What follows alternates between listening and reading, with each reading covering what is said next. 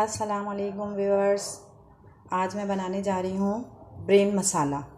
मैंने उसके लिए एक अदद ये लिया है, ब्रेन लिया है। इसको मैंने सिर्फ पानी में 1 चमचा अदरक लहसुन डालकर बॉईल किया है। जब ये बॉईल हो गया तो मैंने चूल्हा बंद कर दिया।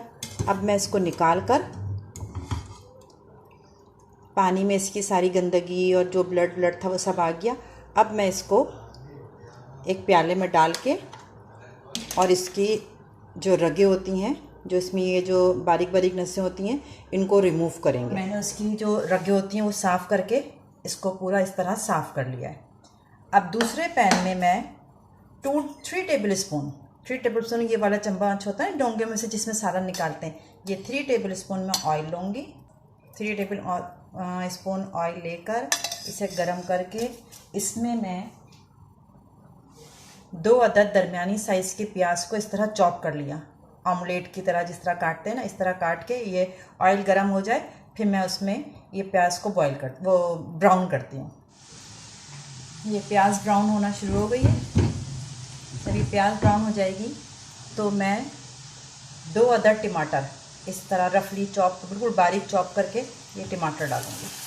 चूल्हे की आँच जो है वो स्लो कर देंगे, इसलिए कि हमें ये इसको टमाटर जो हमने डाला है इसको गलाना है। ठीक है, चूल्हा जो है वो आहिस्ता कर दिया है। और अब हमें इसमें कुछ स्पाइसेस डालेंगे, जिसमें कि मैं 1 टीस्पून सॉल्ट, 1 टीस्पून पिसी हुई लाल मिर्च,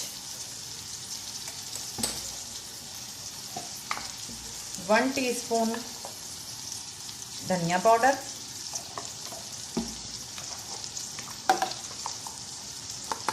और 1/4 टीस्पून हल्दी। इसको मिक्स करेंगे। सारे मसालों को मिक्स करके थोड़ा सा पानी डाल के ये टमाटरों को गलने के लिए रख देंगे, इसको ढककर। ये देखें, ये टमाटर गल गए हैं। अब मैं इसमें डालूंगी ये ब्रेन जो हमने साफ़ करके रखा हुआ था,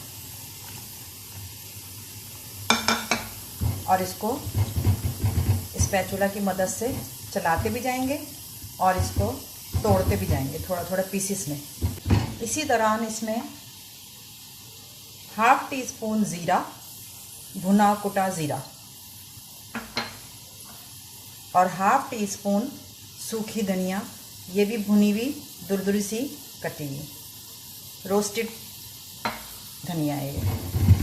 अब इन सब मसालों को और ब्रेन को इस टमाटर के अंदर मिक्स करेंगे और हल्की आंच पे इसको गलने के लिए, या इसको ब्रेन के अंदर ही सारा टमाटर का और सारे मसालों का मज़ा चला जाए, इसको हल्की आंच पे ढक के बंद करके 10 मिनट पकाएंगे। ये देखें, जब ये इस कंडीशन में आ जाएगा ना कि ये पकना शुरू हो गया, तो इस वक्त कि आधी से ज़्यादा भुनाई मैंने कर दिया, थोड़ी सी और रह गई है, तेल छूटना शुरू हो गया, तो मैं इसमें 3 अदद प्याज, ये हरी मिर्च इस तरह काट के डालूंगी, और आधे नींबू का रस, बस आधा नींबू।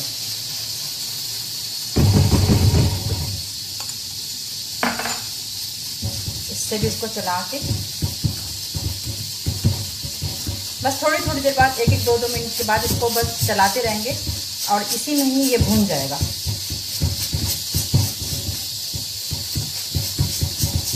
पकता भी जा रहा है और भूनता भी जा रहा है साथ साथ।